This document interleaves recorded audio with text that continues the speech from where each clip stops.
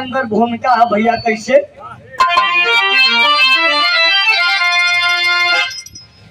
बन के अंगार दिन कर जलाने लगा, चांद की श्वेत आभा सिहरने लगी, घन के गर्जन से थर्रा गई बेदनी, टूट के तरु की तर्जन बिखरने लगी, आसमां रो दिया गम में तारे सभी, के सदमा निशा भी कहरने लगी, कर्म से धर्म की धूल मिट्टी हुई, शंभु की छाती दुख से बिहरने लगी।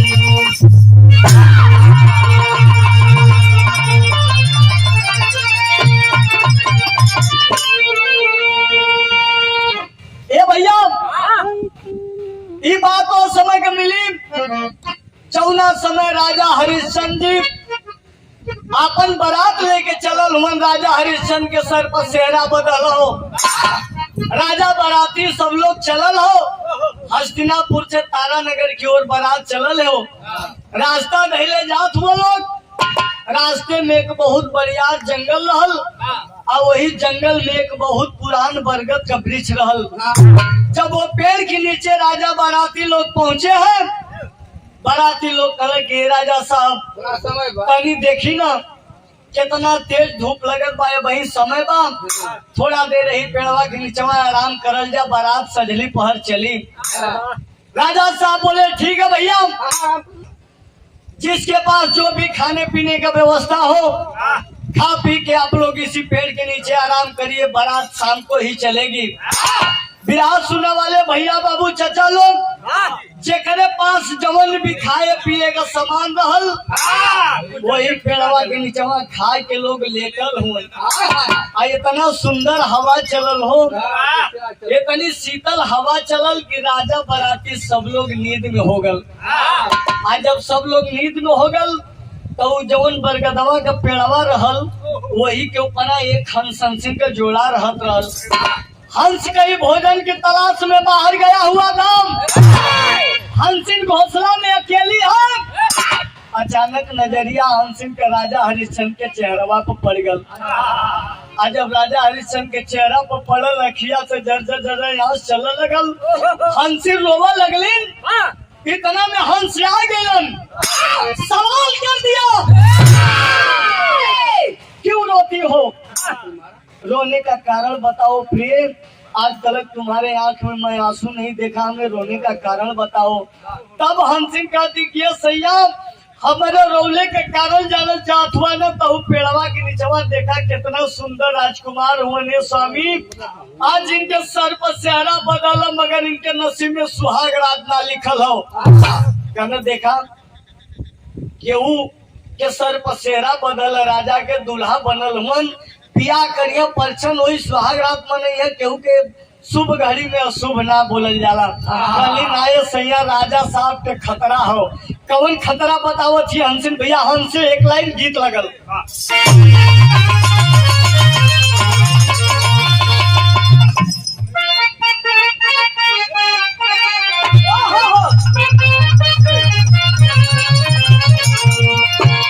वो है गीत बा, कौनो मर्द मेहरारू के गौना करा के फेंको भैया, परदेश चल गल, सूरत चल गए। अब दुल्हनिया अपने सैया के विरह में याद करत है और कहत है कि बड़ा अनर्गल कैला ये राजा, ये भरल जवानी चढ़ल जवानी में छोड़ के चल गईला। क्या कहला मास्टर भैया,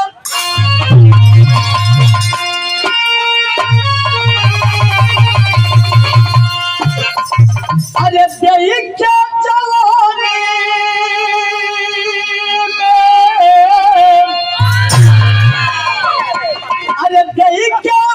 जवानी अरे कल समय बना काहे गईला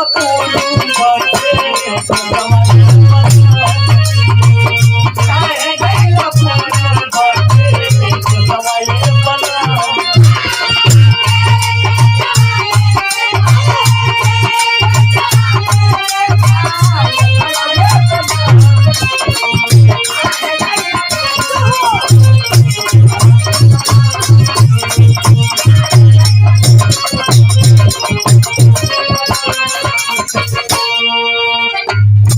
यारो भैया आपको से 100 रुपये का आशीर्वाद आप लोग के मनोरंजन खातिर है भैया। हंसिंग के अखिया से आज चलत हो आ हम से बतावो सिंह के स्वामी ई जब राजा हुआ न इनके सर पर सेहरा बदल मगर इनके नसीब में सुहाग रात ना लिखल हो। हंस कहला कैसे तब बतावो थी भैया का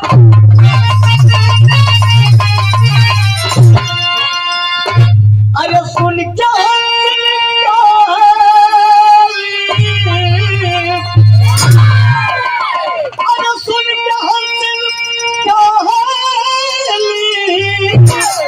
अरे बयनवा ये आलर चल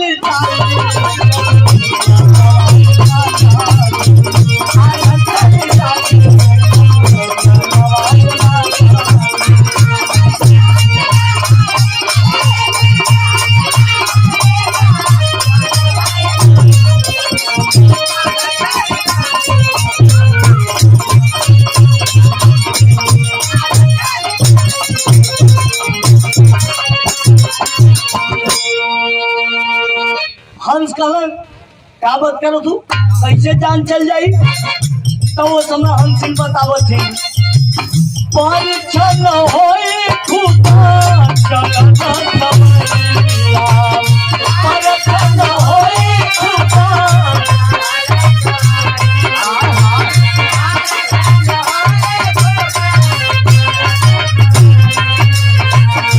सखिया सहेली मंगल गई है बचनिया सखिया सहेली मंगल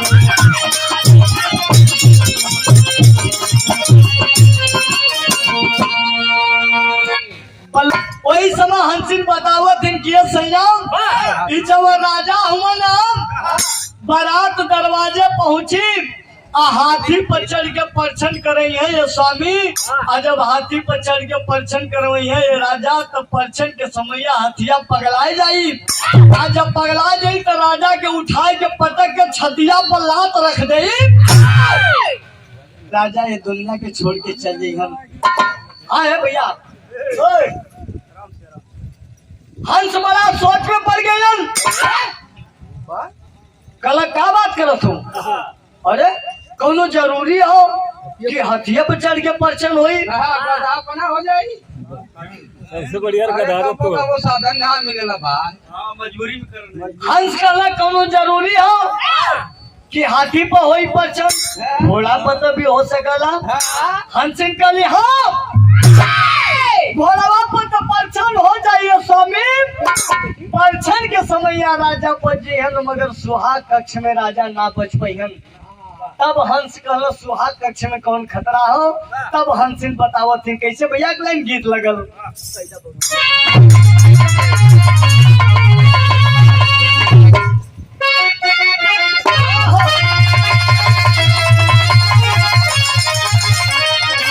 वह गीत बाप कौनो ननद अपन परेशानी अपने भौजाई से बतावत हो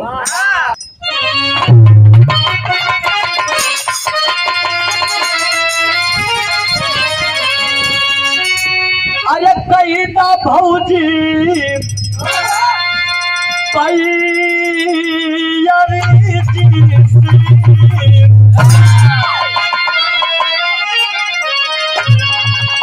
अरे कही ना भौजी भैयारी जी से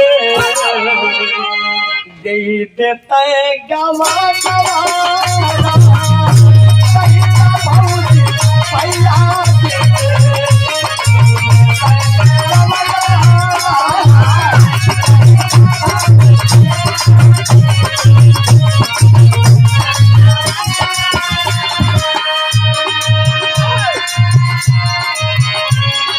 नदी है कुंडारे गौरा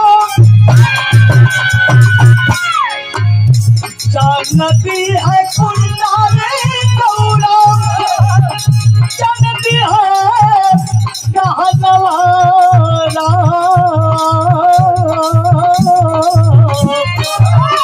कुल्ला चिजुआ तेरे दी है कुल्ला चिजुआ तेरे दी है चौकिया बेला कुल्ला चिजुआ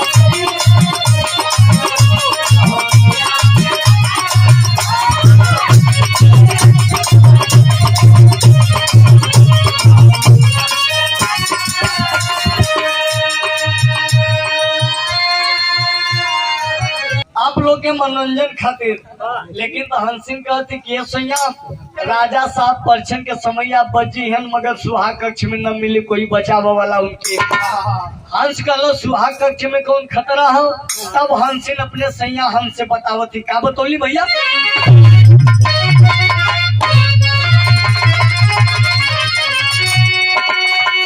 अरे प्रेम के सगारा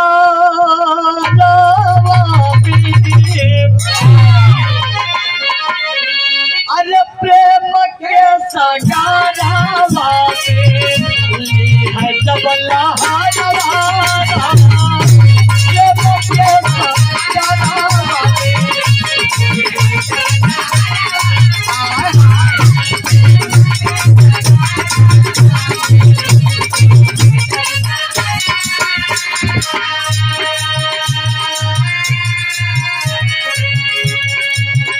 वासना कया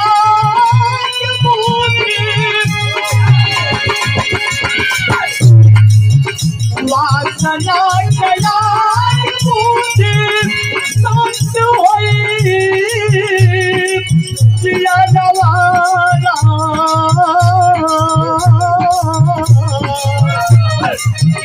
फूलवाली के जपाई फूलवाली के जपाई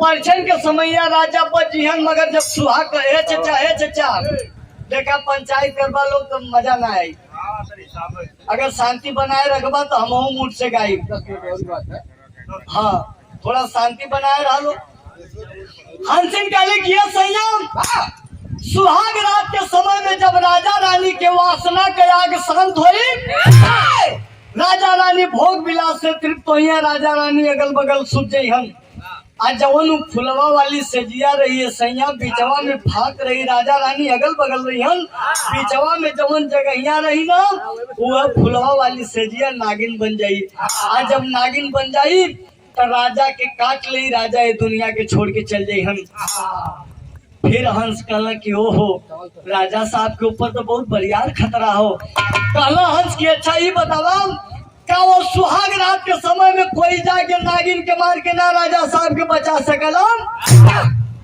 हंसी कहली कि हाँ सैया बचा तो ले है राजा मगर जो वो नागिन के मार के राजा साहब के बचावे जाई ना राजा साहब आधी रात के अपने सुहाग कक्ष में देख लियन तब सवाल कर दिहन कैसे भैया अगले गीत लगल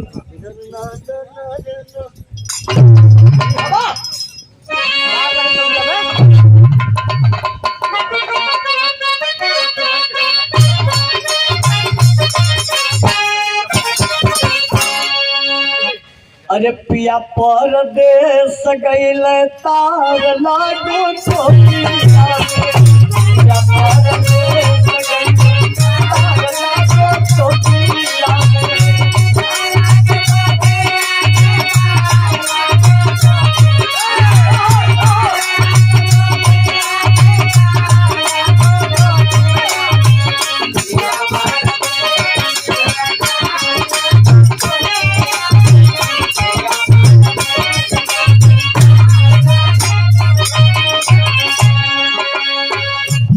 गीत मनोरंजन खातिर। लेकिन तो वही सब हंसिन बतावा दिखिए सैया जे वो नागिन के मार के सुहाग कक्ष में राजा साहब के बचावे जाई ना, राजा साहब आधी रात में देखिए तो सवाल कर दिए। क्या पूछिए भैया? देखलिए राजा होई बाबा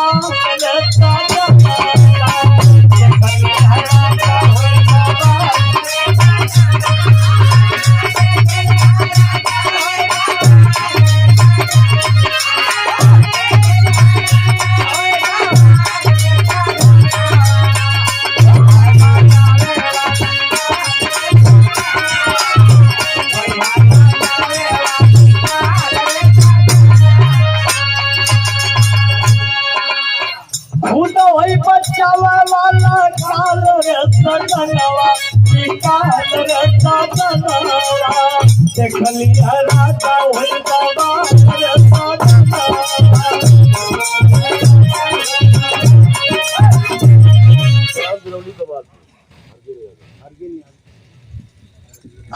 जे बचावा जाई ना राजा साहब आधी रात के देख लियन तो सवाल कर दी हम क्या करियन? अरे देख पूछ लगी है भूपा सागरी कहानी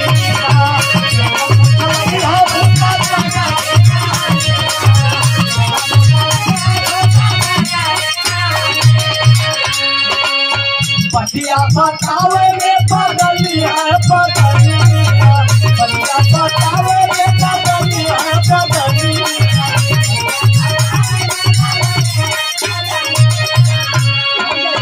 वही चाहिए जीवन में बवाल रे सजनवा बवाल रे सजनवा देख पूछ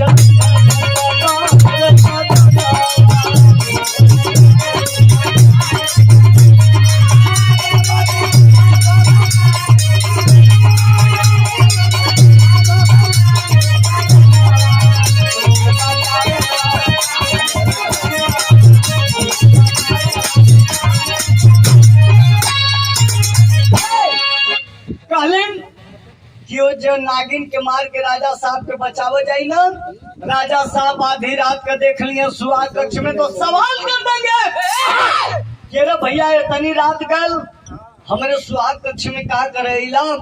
तो ये स्वामी जे वो बचावे जाई ना ओके कुल बतिये बतावे के पड़ जाई राजा साहब के कि राजा साहब हम आपके बचावे खातिर ये सुहाग कक्ष में अली।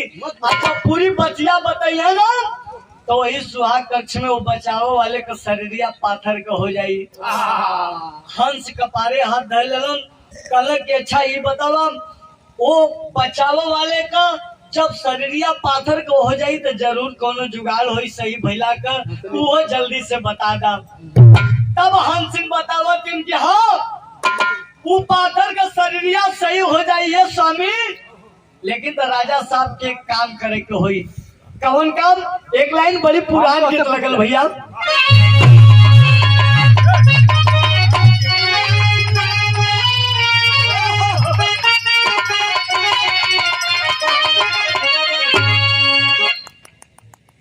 वो है गीत बात।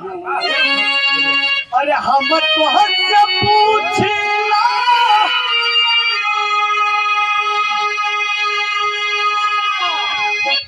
हम तुहसे पूछिला अरे माली ना ये माली हम तुहसे पूछिला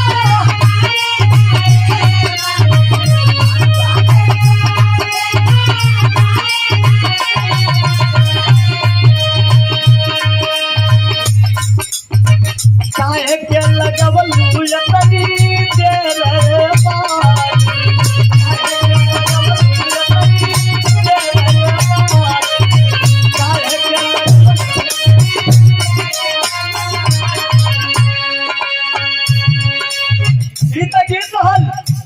लेकिन हमसे बतावत है कि सैया पाथर का शरीरिया कैसे सही हुई। बिरहा के अंदर कितनी बढ़िया भाव कवि जी लिखते हैं कैसे भैया? अरे होई हम कुमार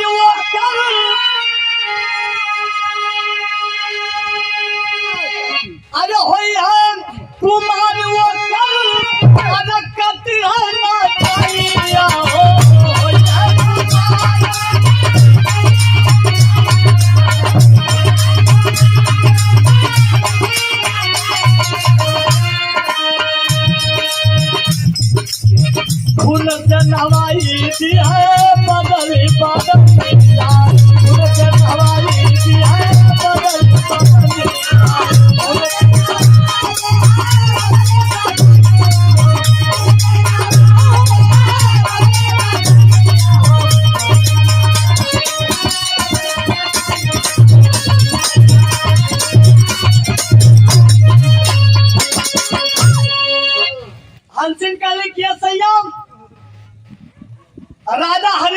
से जब लड़का हुई, रानी की गोद से जब लड़का पैदा हुई, वही लड़का का गर्दन राजा साहब काट के वो बचावो वाले का जवन पाथर का शरीर हो गए ना, वही पाथर के शरीर पर खून से न हुई है, तब जाके वो शरीर सही हुई। बिहार सुनने वाले भैया बाबू चचा लोग, राजा बराती सब लोग वही पेड़वा के नीचवा सुतल हो। अब पेड़वा के ऊपर हंस हंसी न भैया बनी में बात विमर्श करत हुन। सब लोग नींद में हो, जागल के लाल भैया हुआ भाव रही।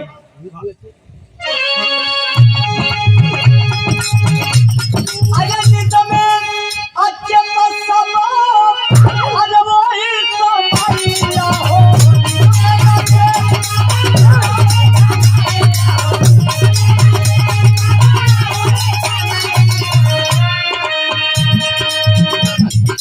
अरे जागल मन की सुने सगल कहानियां।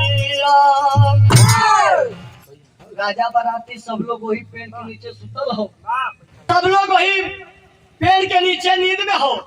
जागल के रहल मंत्री, ये लिए जागल रहलन कि राजा साहब को पूरे बारात के जिम्मेदारी मंत्री के सर पर रहल। वही पेड़वा के नीचवा मंत्री खाली ऐसे ही एक लगाए के अखिया मूंद के हंस हंसिन के बाद पूरा अपने दिल दिमाग में कश कर लेलन। सोच गए कि बाप रे बाप, हमारे राजा साहब के ऊपर इतनी बड़ी यार खतरा। तेरी के अंदर भाव हुआ।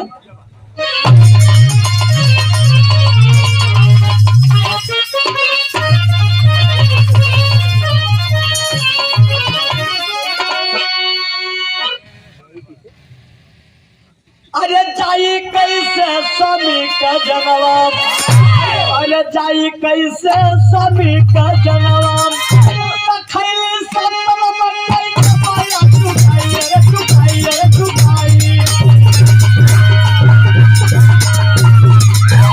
क्या बात है? वही पेड़ के नीचे मंत्री हंस हंसिन के बाद पूरा अपने दिल दिमाग में कैच कर लेलन। सोच गए कि बाप रे बाप, इतना दिन तक हम अपने राजा साहब को सेवा कैली, उनका नमक खैली, आज हमारे राजा साहब का जिंदगी साझे में चल जाई। अखिया में आस लेके मंत्री चाय के घुटना के बल राजा साहब के चेहरवा के पसवा बैठ गईलन। आज जब बैठ गए तब तनी त टूटी उतबार को चमकी मनवा।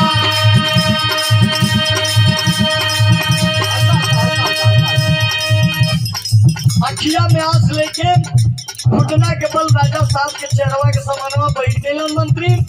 अखिया से दो बूंद आंसू टपक के राजा हरिश्चंद्र के जब चेहरवा पर पलल तो राजा साहब का निदिया खुल गई। आज जब निदिया टूट गई तब वही समय राजा पूछलन के रे भैया, आज इतना खुशी का माहौल बा, सब लोग नाचत गावत है, आज शुभ घड़ी में तू अशुभ काम काहे करत है? आंख में आंसू आओ।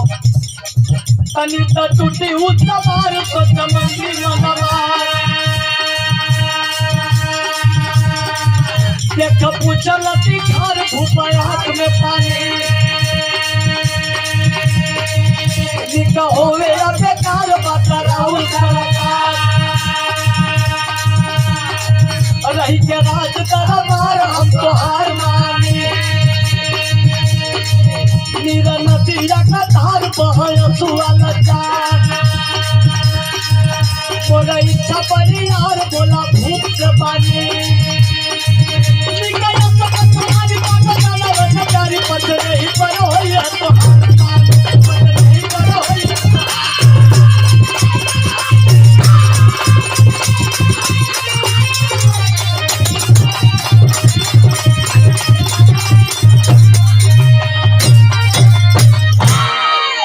मंत्री राजा साहब जब करी प्रश्न पूछला मंत्री से, तब वही मंत्री कहला कि राजा साहब ऐसे बढ़िया खुशी और का हुई है स्वामी कि आज हमारे राजा साहब के सर पर सेहरा बदलो, आप दूल्हा बनल हुआ, ऐसे बढ़िया खुशी का हुई है राजा साहब? एक खुशी के मारे आंसू आ गल। राजा हरिश्चंद्र कहला कि ना भैया, जरूर कोनो कारण है, नहीं तो आज तक तोरे आंख में आंस ना देखली हम। वही समय मंत्री कहले कि राजा साहब अगर हमारा रोले के कारण जानल चाहत हो न स्वामी तो हमारे एक इच्छा हुआ इच्छा पूरा कर दा। राजा कहलन का मंत्री कहले कि ये स्वामी आज अब हथिया पर चढ़ के ना घोड़वा पर चढ़ के परछन करवा लेता, हमारी है दिली इच्छा हो। राजा हरिश्चंद्र कहला बस सही बात है। इतनी सी बात, जा हाथी पर चढ़ के परछन ना करवाई, घोड़ा पर चढ़ के परछन करवा ले। बिरहा सुने वाले भैया बाबू चचा लोग, परछन के समैया राजा साहब हथिया से बच गए न, मंत्री बचा ले घोड़ा पर चढ़ा के परछन करवा के। लेकिन अब जब बारात वापिस चलल हो तब मंत्री मने मने सोचत हूँ कि हे राम अपने स्वामी के परचन के समय तो बचा ले ली, लेकिन तो सुहाग रात में कैसे बचाई, कैसे भैया पापट के अंदर भाव।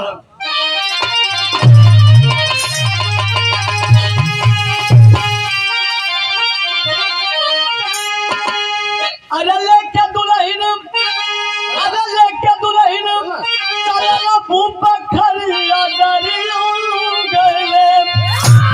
अरे लेके दुल्हन चलना भूप खरिया डरिया गले। अरे नागिन बलिया डरिया गले।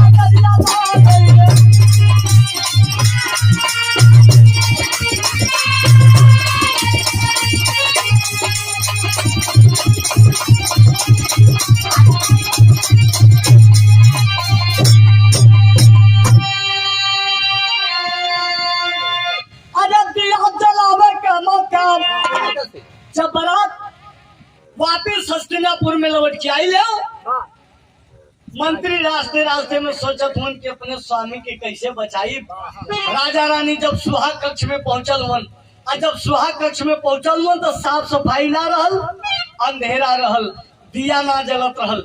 मंत्री को आदेश दिया कि मंत्री जाओ मेरे सुहाग कक्ष में भैया जरा साफ सफाई कर दो, अंधेरा है दिया जला दो। बढ़िया मौका बोलन तब, अरे दिया जलावे का मौका, अरे राजा से मंत्री पवला हो, अरे हित मीत में व्यस्त सभी सब सुंदर हो। अरे फुलवरिया बाटे जैसे फुलवरिया दरिया ला गए, अरे पलंग के नीचे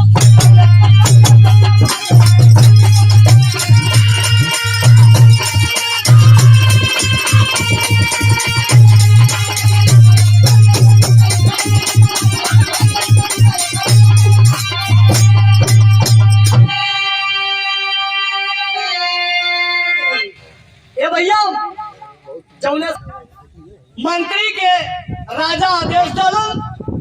मंत्री बड़ा बढ़िया मौका पौलन, फेंटा में तलवार लेके गैलन सुहाग कक्ष में दिया जला दलन, साफ सफाई कर दलन। साफ सफाई करके पलंग के नीचे सूत गैलन। आज जब पलंग के नीचे सूत गैलन, अब पलंग के नीचे से सोचत हुआ कि कब राजा रानी के वासना का आग शांत हो, भोग विलास से तृप्त होकर हम नगनिया के मार के निकली फटाक दे। बिरहा सुने वाले भैया बाबू चचा लोग, नीचे मंत्री सुतल हुआ, राजा रानी के वासना का आग शांत भल। राजा रानी अगल बगल निहाल होकर सुत गलन। आज जौन बिचवा में फाक रह फुलवा वाली सेजिया ये बाबू नागिन बन गई। और जब नागिन बन गई धीरे धीरे राजा साहब राजा हरिश्चंद्र के बगल में पहुंचल। आज जैसे फन उठा के राजा साहब के काटल चाहते, तब तक चमचमा तलवार निकाल के मंत्री चला देना नगिनिया के ऊपर। नगिनिया कई टुकड़ा में विभाजित हो गई। अब मंत्री सोचत हुआ कि हमार काम हो गया, अब हम जल्दी से बाहर निकली। आज जैसे चौखटवा के बाहर एक थे कदम रखलन, तब तक बवाल हो गया। आल्हा के अंदर भाव बाबू,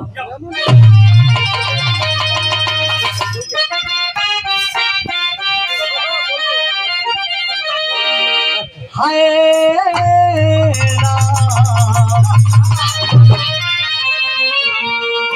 भुनवा के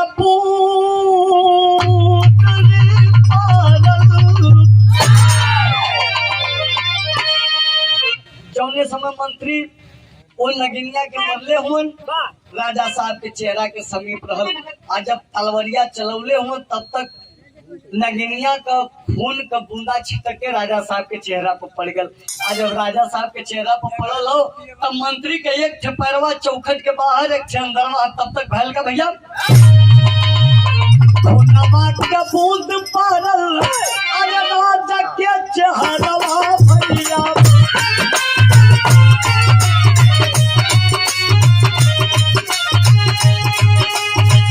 टूट गई तब ठंडा का बूंदा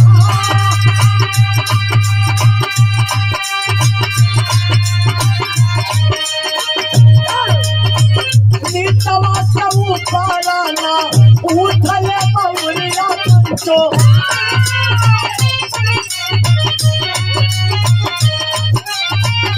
आखिया पराग माहे उठना लगा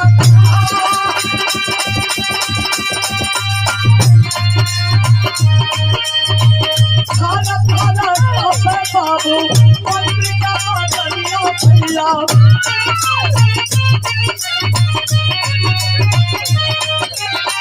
राजा पूछ लगा मंत्री जी से गाया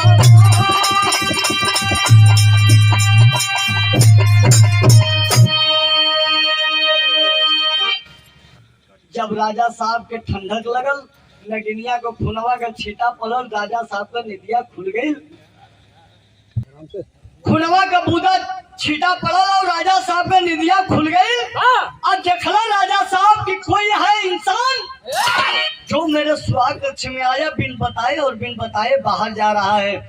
आवाज दिया राजा कौन है अपनी शकल दिखाओ वरना इसी तलवार से गर्दन अलग कर दूंगा। हाय हाय हाय मंत्री वही चौकठवा पर समझ गए कि राजा साहब का निदिया खुल गई।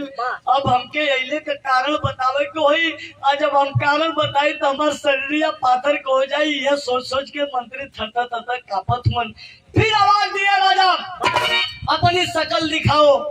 डेरात डेराते भैया मंत्री अपन चेहरवा जब राजा साहब के दिखौले हुए हथवा से तलवरिया छूट गई। विराट सुने वाले भैया बाबू चचा लोग मंत्री अबाक हो गए। राजा अबाक हो गए कि अरे भैया मंत्री हमने तो आपको बोला था कि हमारे सुहाग कक्ष में साफ सफाई कर देना दिया जला देना।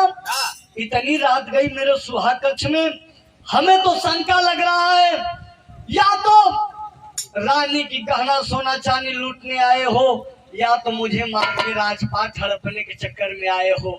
आए हाय हाय जब मंत्री इतनी बतिया सुनन छपाक दे राजा साहब के चेहरवा पर गिर गए ना ये राजा ना ये स्वामी ना हम रानी के गाना सोना चांदी लूटे एली है स्वामी ना हम आपके जान मारे एली हम एली कोने कारण है राजा साहब हम कारण बताई तो हमारे शरीर पातर को हो जाइए स्वामी। आई पातर का शरीरिया एक सर पर सही हुई कि अपनी औलाद का अपने बचवा के गर्दन काट के हमारे पातर के शरीर पर न हुई बात हमारा शरीर सही हुई। अगर वादा करा तो हम अले के कारण बतावत हिला। राजा साहब आवेश भैया राजा साहब आवेश में होके बोले एक बच्चा नहीं जितना लड़का हुई हम कुलहीन के बलि चढ़ाई लेकिन तो तू अइला कौने कारण इतनी रात को वो बतावा कैसे भैया सदर के अंदर बाबा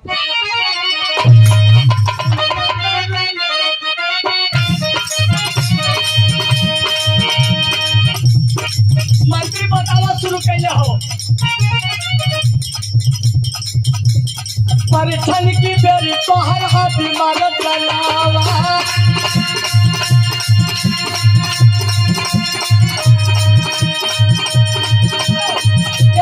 परीक्षण की बेरी तो हर हाथ इमारत लगावा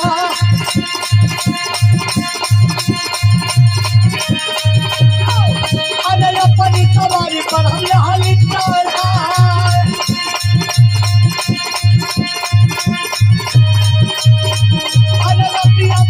वाली जहर हो गई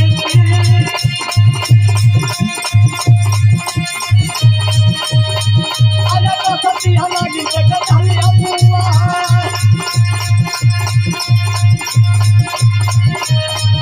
अरे ये तना के हाथ पाना भइली बतानी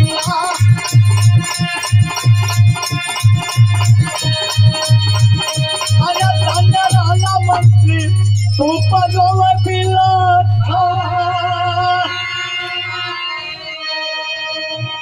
वही समय मंत्री बतावो शुरू कैलन कि ये राजा साहब जब हम पेड़वा के नीचवा रोवत रहली ना तो हमरे रोले के कारण जल्ला ना, तो हम काहे रोवत रहली कि आप हथिया पर चढ़ के ना घोड़वा पर चढ़ के परछन करवाला। तो राजा साहब कहला हाँ तो ये स्वामी हथिया से आपके जान का खतरा रहल, ये लिए घोड़वा पर चढ़ा के हम परछन करवली। ये स्वामी परछन के समैया तो आपके बचा ले, लेकिन तो यह सोचली कि हम सुहाग रात में आपके कैसे बचाई बे राजा साहब, तब तक आप हमके मौका दे दला बचाओ बच के। जब आदेश कैला साफ सफाई दिया जलावा कहिए स्वामी, तो हम वही पलंगिया के नीचवा सुत गईली। आ देख ला प्रमाण हो सामने, यही बगल में नागिन हो, चौने के हम मरले ही अगर ना मारी तो आपके काट लेता, फिर दुनिया के छोड़ के चल जीता। फिर आज सुने वाले भैया बाबू चचा लोग जौने समय राजा कन्निगा और नागिन पर गई हो, और नागिन पर से हट के जब मंत्री के शरीरिया पर पड़ल न तो धीरे धीरे शरीरिया पाथर के हो गई। और जब मंत्री का शरीर पूरा पाथर का हो गई, राजा साहब वो पाथर के शरीर के पकड़ के झरझर रोवत हुआ, कलंगी पार मंत्री बा भैया हमार जिंदगी बताओ बद के अपन जिंदगी दाव पर लगा देला, तो जाओ चेतनी लड़का हो या कुलहीन के बड़ी चढ़ाई, लेकिन तो तुहार शरीर सही करब। भैया हो समय कुछ दिन बीतल, रानी की गोद से एक लड़का पैदा भयल। राजा रानी वही सुहाग कक्ष में सोवल हो, रानी साहिबा याद दिलावती राजा हरिश्चंद्र के कि का हो हई तनी देखा पाथर का मूर्त बन के इस सुहाग रात में हमन के रोज निरेखत हो मंत्री। इनहू के बारे में कुछ सोचबा, इनहू का कुछ जुगाड़ हो। राजा साहब पुत्र मोह में हो जाते हैं भैया बाबू चचा लोग, कला हो जुगाड़ तो हो, लेकिन तो अपने बचवा के बलि देवे के बतावा हमारे पहले भूख का लड़का हम कैसे के ऊपर तलवार चलाई। रानी कहली कोनो जरूरी है कि अपना बचवा करबा, तमाम अमीर गरीब पड़ल हो वो लाई रही भैया केहू के गोदनामा ले लो। राजा साहब बोले ठीक कहलू, ढिढोरा पिटवा दिया। कोई है जो अपना बच्चा देगा बलि चढ़ाने के लिए, उसके बराबर सोना चांदी तोल के देंगे और आधा राजपाट दे देंगे। भैया बाबू चचा लोग हर गांव शहर में अमीर गरीब सबही निवास करला। वही राजा के राज्य में एक बहुत गरीब परिवार रहल। कैसे भैया,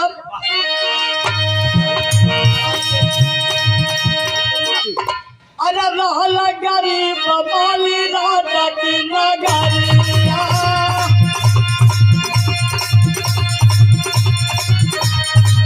भैया रहल गरीब बाली राजा की नगरिया।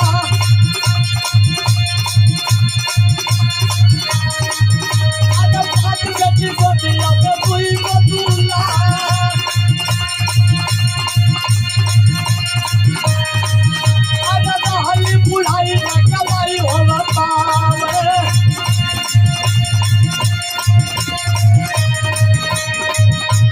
बच्चा बच्चा दान सब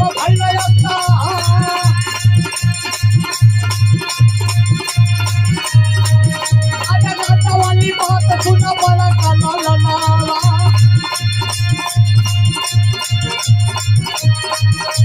बाबू जी के बतिया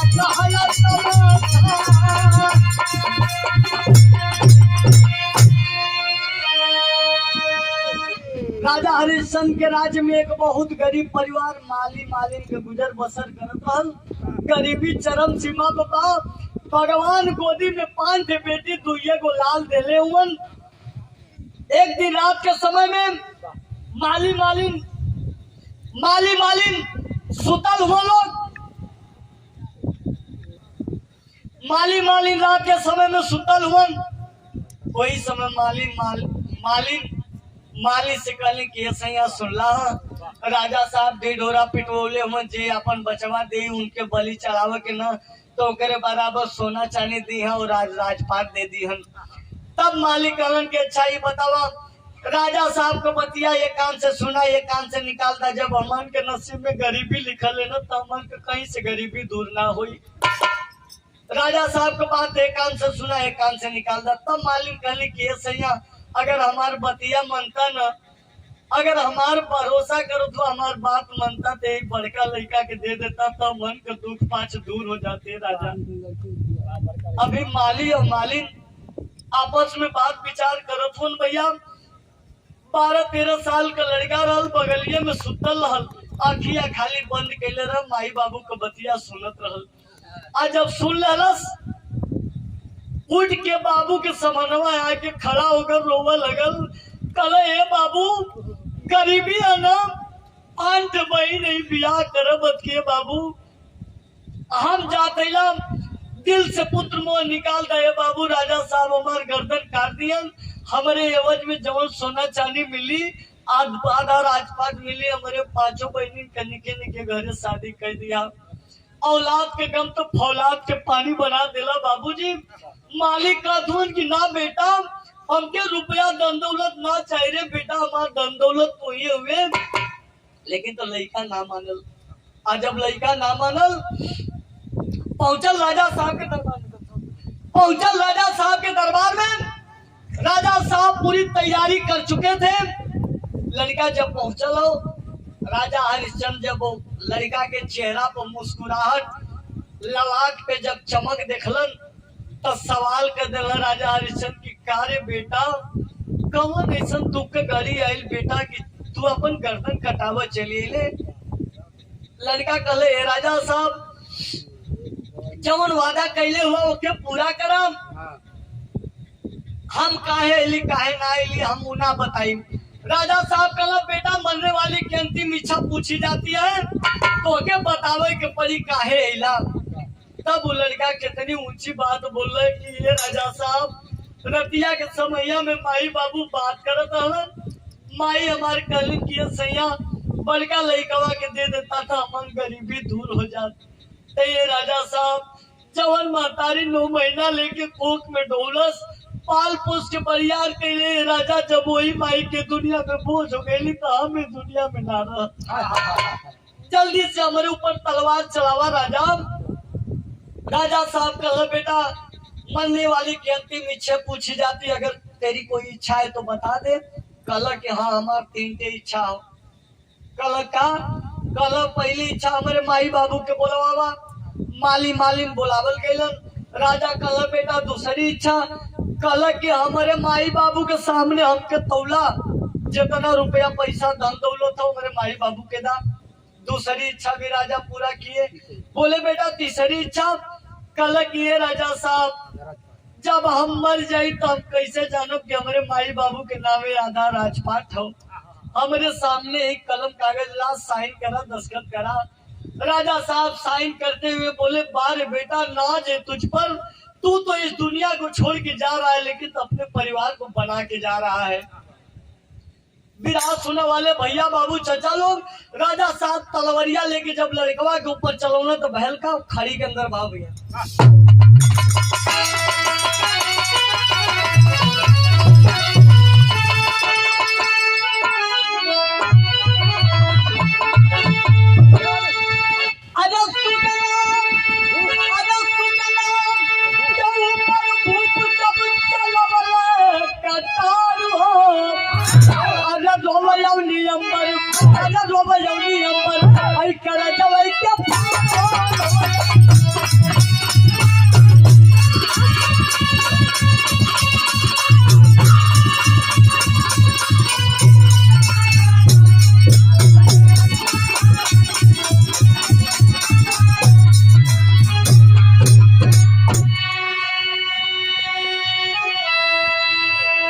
राजा साहब लड़कवा के गर्दनिया काट देलन, काट के थरिया में खून रोक के नहवा देलन। वो पाथर के सर्जिया पर मंत्री के, तो मंत्री का सर्जिया तो सही हो गई, लेकिन आकाशवाणी भइल का भैया लोग के नस्का प्लम्बा का भल भैया। अरे जनवा के मार तू बेकारी तैयार मनवा, अरे भयल परान भारी भूल ना जाना।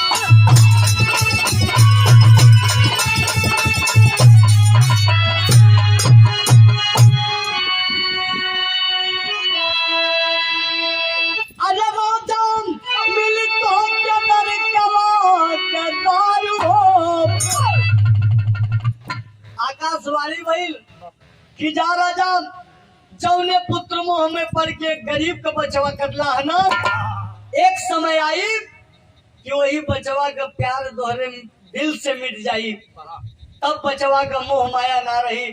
तब बिरहा सुनने वाले भैया बाबू चाचा लोग दूसरी आकाशवाणी का बहन अगले जन्म मैं राजा जब होई बाप अरे अपन सुगना प्यारा चलई।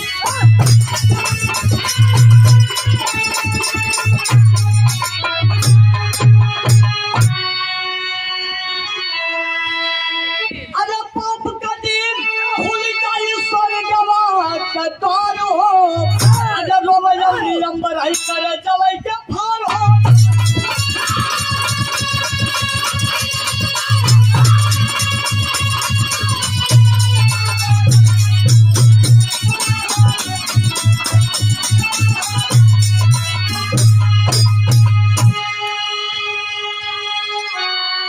पुत्र में पढ़ के गरीब का बचवा कटला है ना, वही बचवा का प्यार तोरे दिल से मिट जाई।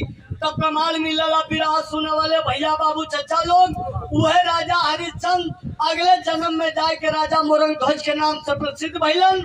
राजा रानी मिलके अपने बचवा के बीचों बीच आरी से चिरले हुए, तब जाके कहीं राजा का नर्क से स्वर्ग का द्वार खुलल है। यहाँ से हमारे विवाह का समाप्ति है। कैसे भैया? अरे गुरु रमन जी जैसन करनी वैसन अगवाई।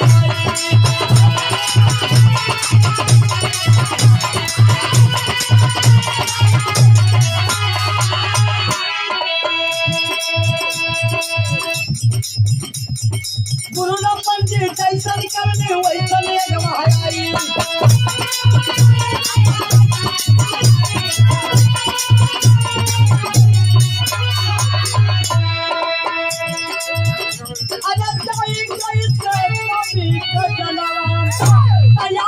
भरला